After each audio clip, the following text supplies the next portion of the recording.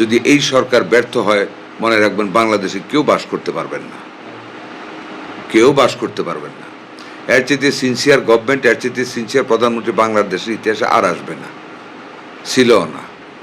আর এইবারের কমিটমেন্ট যদি আমরা ফেল করি জুলাই অভ্যুত্থানের পরে, মনে রাখবেন আমরা শেষ হব না, আপনারাও শেষ হবেন। কেউ কারো বাড়িতে থাকবেন না, ডিউটিতে থাকবেন না, কারণ সবার আমল নামা সবাই জানতেছে কে কী আমরা করতেছি। আমি খুব ভদ্রোচিত ভাষায় বলে গেলাম, অত্যন্ত আবেগ অনুরোধ নিয়ে আপনাদেরকে বলে গেলাম, মুক্তিযুদ্ধের ইতিহাস বলে গেলাম, কত মানুষের সেবা করেছি, কত রক্তাক্ত লাশ কাঁধে করে নিয়েছি, কত দর্শিতা মেয়েকে রক্ষা করেছি বা মেরেও ফেলেছি পাকিস্তানিদের হাত থেকে বাঁচানোর জন্য। এই দেশটার স্বার্থে তৈরি দেশটাকে আপনারা ধ্বংস করবেন না। সবাই মিলে চলেন, মানুষের সুস্বাস্থ্য দান করি, আমাদের দেশটা উঠে যাবে। লক্ষ লক্ষ ছেলে মেয়ে আমাদের বিদেশে, এরা যদি টাকা না পাঠাতো এই দেশের রিজার্ভ শূন্য হয়ে যেত, কেউ খাইতে পারতেন না, চাকরির বেতনও পাইতেন না।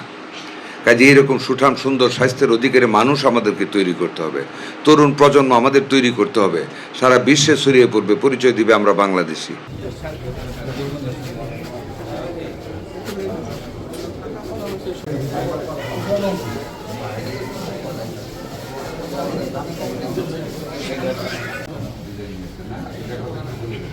স্যার এটা নিয়ে আমাদের 2022 সালের এই রাশেদ কাগজটা দেখাও, নিয়ে আসো এই কাগজটা নিয়ে আসো। তো স্যার আমার কাছে আচ্ছা না ইমার্জেন্সি ভাষা আছে স্যার আমি নিয়ে আসবো।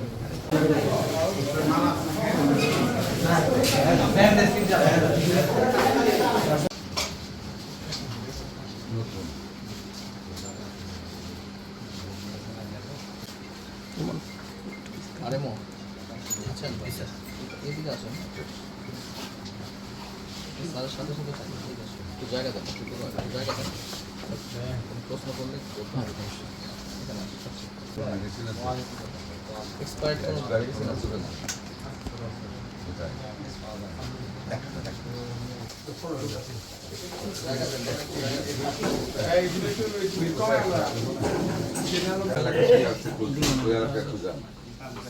এলাকাটা খোঁজাবেন, আরো বাচ্চা আনভ্যাকসিনেটেড আছে কিনা, ভ্যাকসিনের কার্যক্রমটা দ্রুত গতি করে আবার এখানে শেষ করে দিয়ে একটা কোথায় করলাম শেষ করে